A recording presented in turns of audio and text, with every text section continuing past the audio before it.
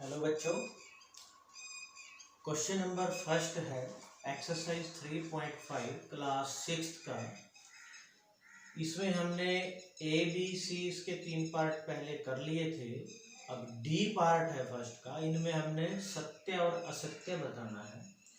जैसे D part है, यदि एक संख्या 9 और 10 दोनों से विभाज्य हो। कोई संख्या है जो 9 और 10 दोनों से भाग होती है, तो वह क्या 90 से विभाज्य होगी? देखिए, 9 और 10 दोनों से विभाज्य संख्या कौन सी होगी? जो दोनों का गुणनफल होगी। जैसे हम इनका दोनों का गुणनफल करेंगे, 9 का और 10 का गुणनफल किया तो कितना आया हमारे पास? 90 आया। अब ये देखो, 9 के पहाड़े में भी आता है या 9 से भाग हो जाता है, 9 दाया 90, और ये 10 निमे 90 10 से भी हो जाता है। ठीक है, यानी ये 9 और 10 दोनों से भाग होता है। और इसके अलावा अगर हम इसी 90 की टेबल को आगे बढ़ाएं, जैसे 90 दूनी होता है 180, फिर 90 की 270, यानी 9 की टेबल पढ़ के आगे 0 लगा देनी है, और 90 चौके 360, ऐसे चलेगा। ये सारी क्या है? ये हर एक 9 से भी भाग होती है। जैसे ये 180 है, ये 9 से भी भाग हो जाता है और 10 से भी भाग हो जाता है। ये सभी 9 और 10 दोनों से भाग हो जाते हैं। अब प्रश्न क्या है? यदि एक संख्या 9 और 10 दोनों से भाज्य हो तो वह 90 से भी भाज्य होगी। बिल्कुल ठीक है, ये सभी 90 से भी भाग हो जाते हैं। ये 9 और 10 दोनों की टेबल में तो आएंगे ही आएंगे, और साथ के साथ अगर हम इनको भाग करें, ये 90 से भी भाग हो जाएंगे, ये भी 90 से भाग हो जाता है, ये भी, ये भी, ये भी। तो इसलिए ये क्या है? ये सत्य है। उसके बाद है ई पार्ट, यदि दो संख्याएं सह अभाज्य हों। अब सबसे पहले तो आपको पता होना चाहिए कि सह अभाज्य क्या है। चलो आइए हम थोड़ा सा रिमाइंडर के लिए आपके लिए बता देते हैं। देखिए, सबसे पहले मैं एक तरफ बता देता हूँ आपको कि सह अभाज्य क्या होता है। देखो, सह अभाज्य, इसको हम इंग्लिश में कहते हैं कोप्राइम। कोप्राइम नंबर बोलते हैं बच्चों इसको। सह अभाज्य या कोप्राइम नंबर होते हैं। ये होते कौन से हैं?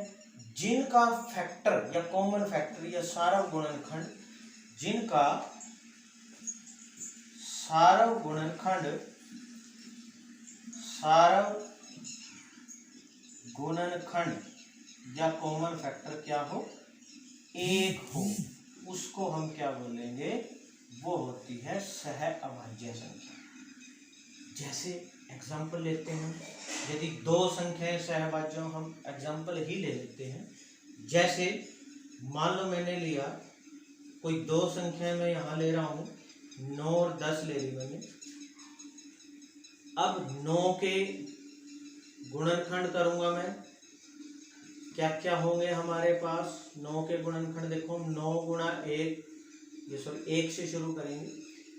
1 निम्न 9 होते हैं, 2 की टेबल में नहीं आता, या 3 3 9 होते हैं। जब ये रिपीट हो जाता है 3 और 3, तो इसके गुणनखंड क्या क्या बने हमारे पास? बनेगा एक तो 1, ऐसे चलेंगे हम घूमते हुए, 3 और 9, ये हमारे पास बने 9 के गुणनखंड। इसी तरह हम 10 के गुणनखंड अगर लिखें, 10 के गुणनखंड क्या क्या होंगे हमारे पास? देखो, 1 गुणा 10 10 होता है, 2 पंजे 10 होता है, या 5 दूनी 10 होता है।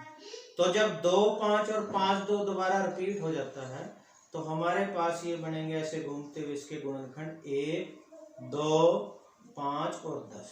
अब ये हमने दो तरफ लिखे हैं दोनों। इनमें कॉमन देखो आप, सारा गुणनखंड दोनों में क्या होगा? ये सिर्फ एक ही है जो दोनों में होगा, तो और कोई नहीं मिलेगा। ये सारा गुणनखंड है। इसलिए जो 9 और 10 है, ये क्या है? सहभाज्य है। ये दोनों क्या है? ये दोनों ही क्या है? सह अभाज्य, क्योंकि इनमें कॉमन सिर्फ एक है। अब ये सहभाज्य तो आपकी समझ में आ गया। अब ये करें, इनमें से कम एक अवश्य ही अभाज्य संख्या होगी। अभाज्य संख्या क्या होती है? जो और किसी की टेबल में न आए या जिसके 2 से ज्यादा गुणनखंड ना हो। देखो, ना तो 9 अभाज्य संख्या है, क्योंकि इसके गुणनखंड देखो 9 के कितने हैं। आप इन दोनों में देखो, क्या इनके सिर्फ 2 ही गुणनखंड है? देखिए, इसके कितने बने? 1 3 9, इसके 3 गुणनखंड बने 9 के। 10 के कितने बने? इसके 4 बने। और अभाज्य संख्या कौन सी होती है? जिसके सिर्फ 2 ही गुणनखंड हो या कोई और की टेबल में ना आए, ठीक है, वो होती है अभाज्य संख्या। मैं लिख देता हूं, अभाज्य संख्या क्या होती है? जिसके केवल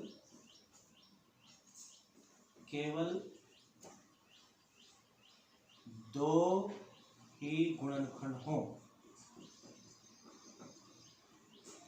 सिर्फ 2। हम 2 को ऐसे लिख लेते हैं, सिर्फ 2 से ज्यादा ना हो, वो फिर अभाज्य नहीं होती। देखो, इसके भी 3 गुणनखंड है, इसके 4 हैं, तो ये सहअभाज्य संख्या है। और इनमें क्या कोई सी अभाज्य थी? ना 9 अभाज्य है, क्योंकि इसमें भी 2 से ज्यादा गुणनखंड है, ना 10 अभाज्य है। तो फिर इन्होंने जबकि कहा हुआ था कि अभाज्य होगी, तो ये क्या है? अभाज्य नहीं हुई, तो ये क्या है? असत्य है।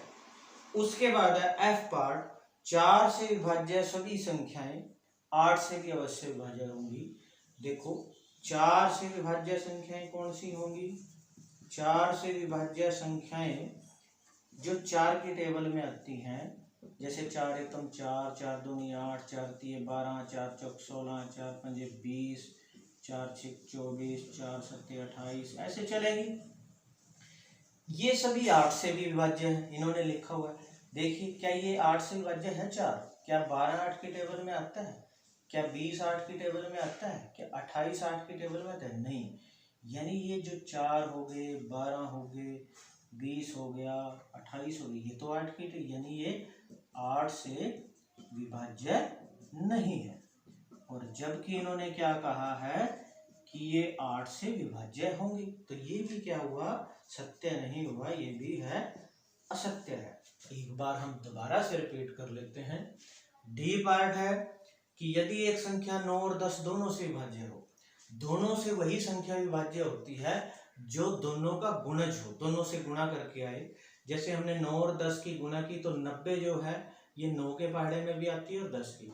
ऐसी जो 90 की टेबल आगे चलेगी वो 9 और 10 दोनों से विभाज्य होगी। तो क्या ये सभी 90 से भी विभाज्य होगी? हाँ, ये सभी 90 से, क्योंकि हमने 90 की ही टेबल लिखी है, तो ये क्या हो गया? सत्य। उसके बाद ई पार्ट है, यदि 2 संख्याएं सहभाज्य हों। सबसे पहले सहभाज्य, जिसको हम इंग्लिश में को प्राइम बोलते हैं, जिनमें सार्व गुणनखंड कॉमन फैक्टर 1 हो, उसको सहभाज्य बोलते हैं। तो हमने जैसे 2 संख्याएं मान ली हैं 9 और 10, 9 के गुणनखंड हमने करके देखे हैं। 9 के गुणनखंड हमारे पास, जैसे ये 1 निमे 9, 3 तिये 9, तो ये 1 3 9, ऐसे 2 बार 3 नहीं लिखना, तो 3 इसके गुणनखंड आए। 10 के अभाज्य 10 के गुणनखंड किए हमने इसी तरह, 1 10, 2 पंजे 10, 5 दूनी 10, ये रिपीट हो गया, तो 1 2 5 10। तो ये इनमें कॉमन एक ही है। जिनमें कॉमन एक आए सिर्फ, वो होती है सहअभाज्य। तो 9 और 10 तो सहअभाज्य है, इन्होंने लिखा है सहअभाज्य, तो इनमें से कम एक अभाज्य होगी। ना तो 9 अभाज्य संख्या है और ना ही 10, क्योंकि अभाज्य संख्या वो होती है जिसमें सिर्फ 2 ही गुणनखंड हो। जैसे 2 है, 2 को हम 2 एकम 2 लिख सकते हैं, बस 2 और 1 गुणनखंड, 2 ही गुणनखंड होते हैं। 3 है, 3 गुणा 1 ही लिख सकते हैं। लेकिन इनमें सब में 2 से ज्यादा गुणनखंड है, तो ये अभाज्य नहीं है। जबकि ये कह रहे थे अभाज्य है, इसलिए ये क्या है? असत्य है। उसके बाद है 4 से विभाज्य सभी संख्याएं 8 से भी विभाज्य होंगी। 4 से विभाज्य होने वाली हमने 4 की टेबल लिख ली, तो क्या ये 8 की टेबल में भी आते हैं? देखो, ना 4 8 की टेबल में आता है, ना 12, ना 20, ना 28, तो ये 8 से विभाज्य नहीं है, ये भी हमारा असत्य हो गया। इस तरह से आपने इसको समझ के कर लेना है बच्चों। अगले पार्ट हम आगे करेंगे।